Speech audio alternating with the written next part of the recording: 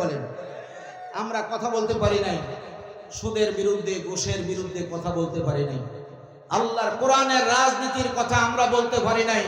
অথচ আমাদেরকে মঞ্চে বসায়া এরা ঘন্টার পর ঘন্টা দাঁড়াইয়া শরীর রাজনীতি করে চলে যায়। আমরা হক কথা বলতে পারি না, কোরআনের রাজনীতির কথা বলতে পারি না। আমাকে বাধা দেওয়া হতো, আমাদেরকে হুজুর রাজনীতি বাদ দেন, কবরের ওয়াজ করেন। এখন তো ওই লোক নাই, তারা কোথায় চলে গেল?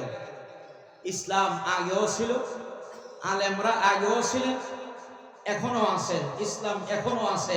কিয়ামত পর্যন্ত ইসলাম থাকবে, আলেমরা থাকবে, কিন্তু নাস্তিকরা থাকতে পারবে না। জালেম কোনোদিন স্থায়ী হতে পারে না, ঠিক কিনা জোরে বলে? এত ক্ষমতা থাকার পরেও আজকে তাদেরকে আপনার লাইট দিয়া ঘুর যাওয়া একজন শ্রমিক পাওয়া যায় না, তাদের কর্মী পাওয়া যায় না, নেতা তো দূরের কথা, কর্মীরই খবর, ঠিক কিনা জোরে বলে?